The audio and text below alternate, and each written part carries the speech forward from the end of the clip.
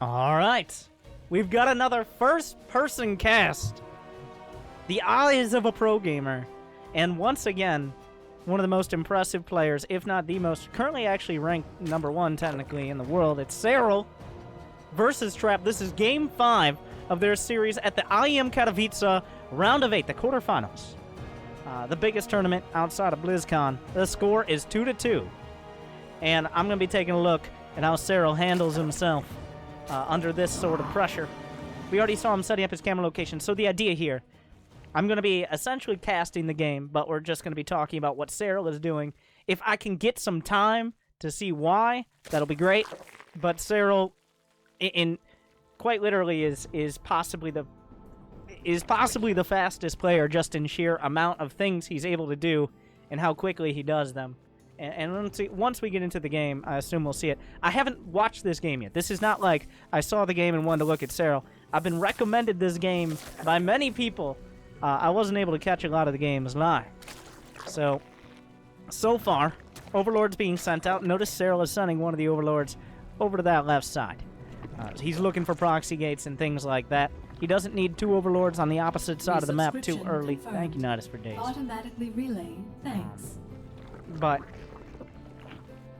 he sends the Overlord out for a bit, looking for extra probes, anything like that. A cannon rush. Just basic safety maneuvers there. But overall, it's a hatch, a gas, and a pool. This is the bread and butter. I was about to say Terran opener for some reason because of the Terran music. But the bread and butter Zerg versus Protoss opener. We'll probably see him go out for a third base in just a few moments. He might hold off if the probe is still around. But getting 3 bases up and kind of determining. Thank you, Tether. Hey, number 17. What the Protoss is going for, which is usually a Stargate, by the way. But determining that is the next important part. And by the way, I'm going to do it right now, but I may have to pause. Usually, when I'm observing players in first person, like, I can keep up with what they're doing. I can actually tell most of the actions, most of the important things. Serral is actually one of the few players that even I say that with some sort of condescension, but even I, after 40,000 plus games, Grandmaster and all of that, I have to be like, wait a second, what are all the things you just did? Right now, he's chilling at a cool 350 APM. That will rise, by the way. But he knows the Overlord there is safe, because even if it is a Stalker, he can get to a high ground where it can't be hit. The Chrono Boost on the gateway is not uncommon. The probe will lay down a pylon here. The drone trying to come out, but he's doing everything he can to shut down this block. He has the minerals exactly now for the hatch, so that was pretty much no delay there. Going for a creep tumor first, really focusing on the creep spread.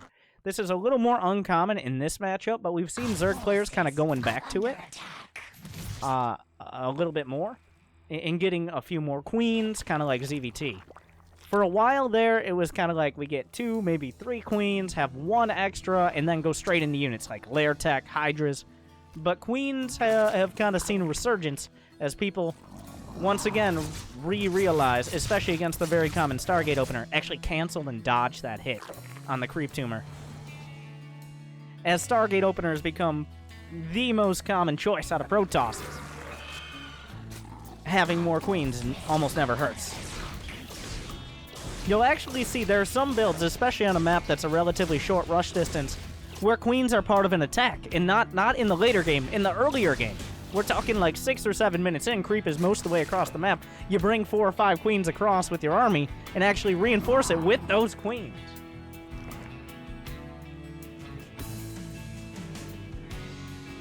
But yeah, the creep spread already going out on each side, trying to get the maximum spread. We've got hotkey for the hatches, hotkey for 1 set of queens, and I believe another for a creep queen. A lair starting at 4 minutes, so that's quite quick. The Lings are already at the 3rd, just checking for it. He's making sure he has one there. A roach one on the way behind as well. So with that quick lair, it kind of looks like we're going to see a roach counterattack. And now this is something, a queen roach ravager attack on a potential third base. That is what's kind of looking to be in the cards here. Where's that spore crawler going? I have no idea. Oh, it looks like it's going to the third. It's a little bit late, though, unfortunately. So is this going to be just a Roach Queen timing here, or... We'll see. A few more drones on the way. Re-rallying drones to his bases.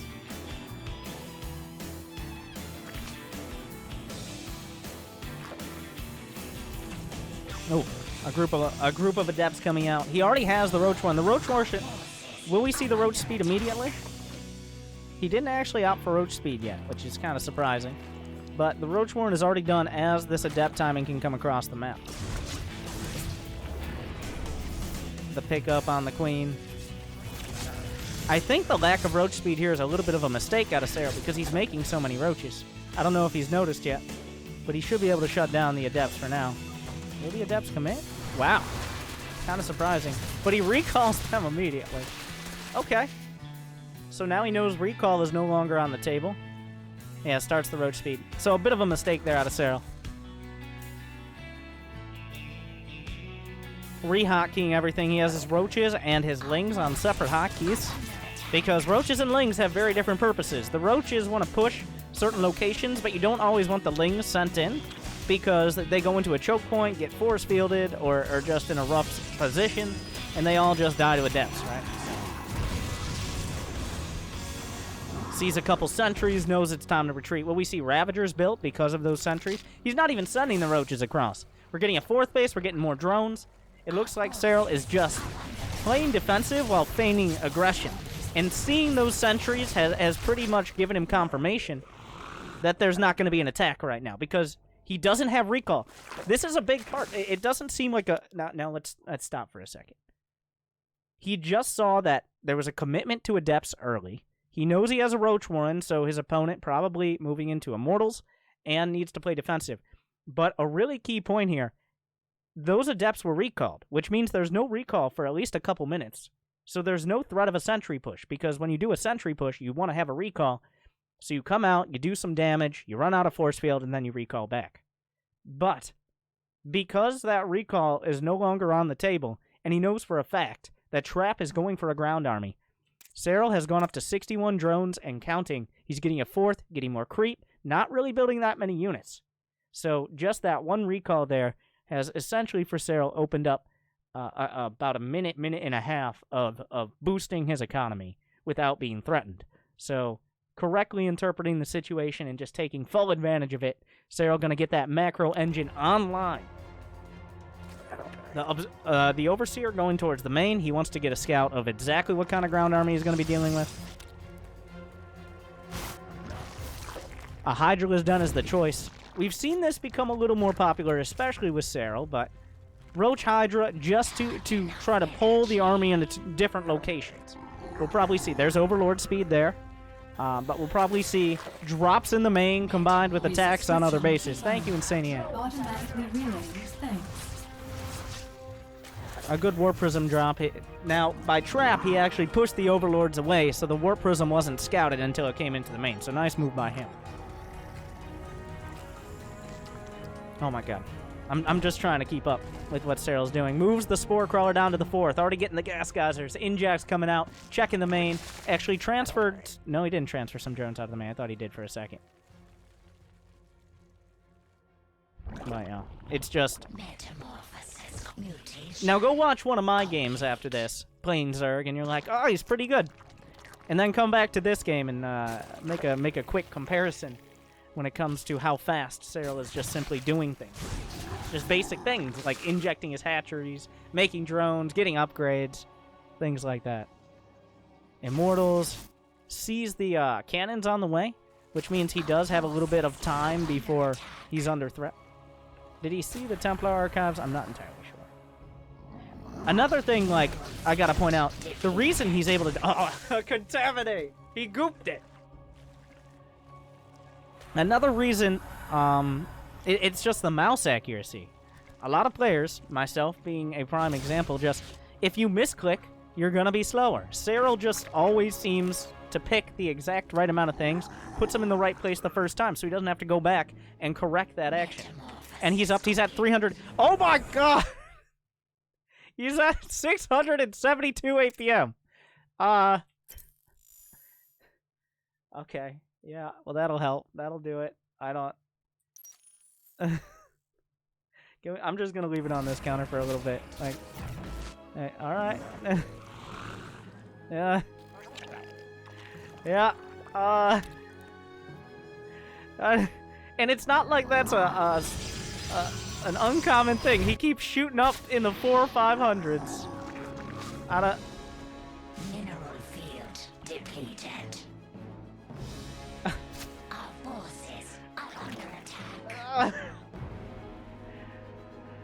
Alright. Back to it.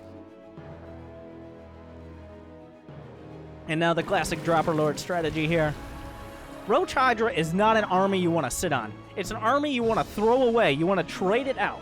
And you don't even want to be efficient with it. You just want to throw it in the right place at the right time. He's actually bringing the Dropper Lords back, going for a drop flank almost. Is he going to go to the main? This is a dangerous timing because this army is threatening his base. He might retreat.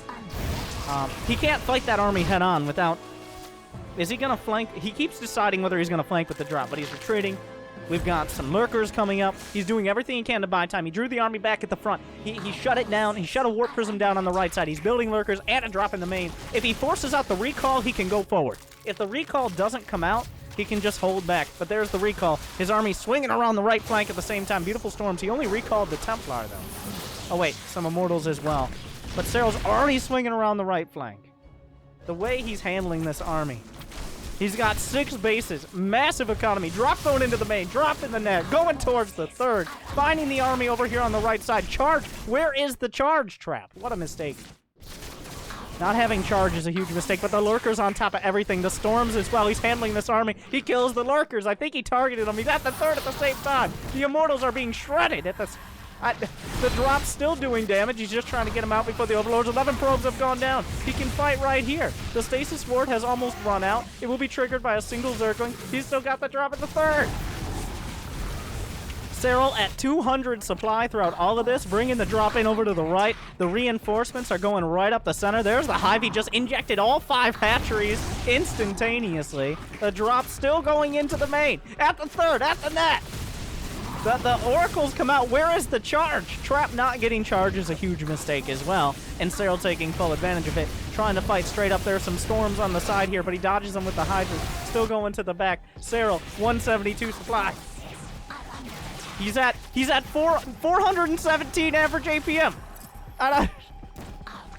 And it's still going up. It's still going up. But no bases have gone down. That's the one thing. He's at 197 supply. He's building the one accidental swarm host. It might be a real... No, it's an accidental swarm host, the classic strategy. Okay, give me a breather here. He's almost... Is he going to hit 420? Oh, he touched it.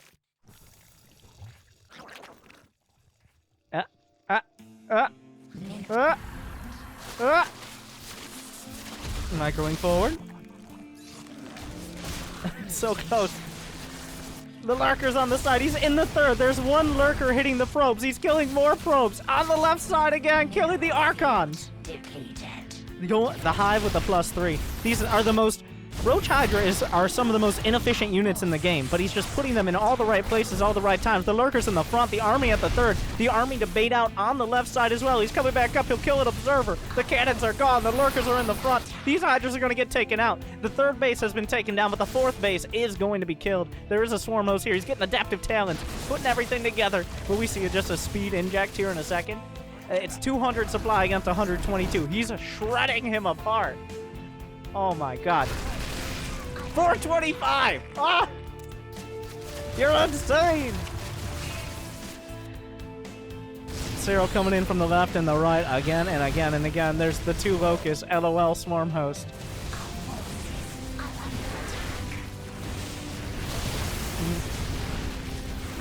He still had... The adaptive talons are done. The +3 is on the way. The lurkers are still doing damage. A round of Zerglings. Serral still has money.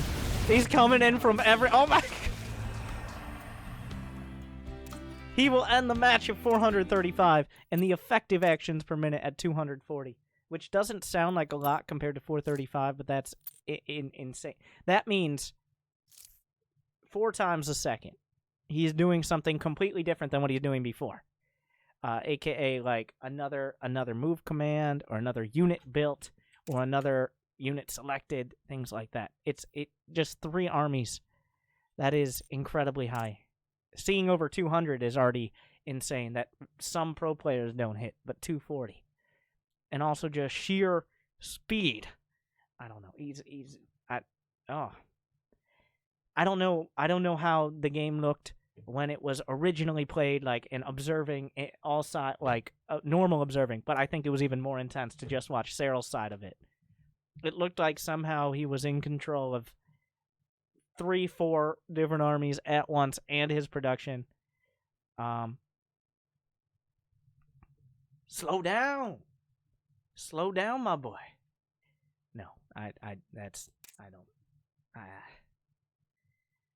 And at the end of the game, he's at 82 drones. He's got 6 bases. He's got some creep spread. He's going on +3. Continually injecting. His queens don't even have enough energy for another inject. Like, he has near perfect injects. Oh my god.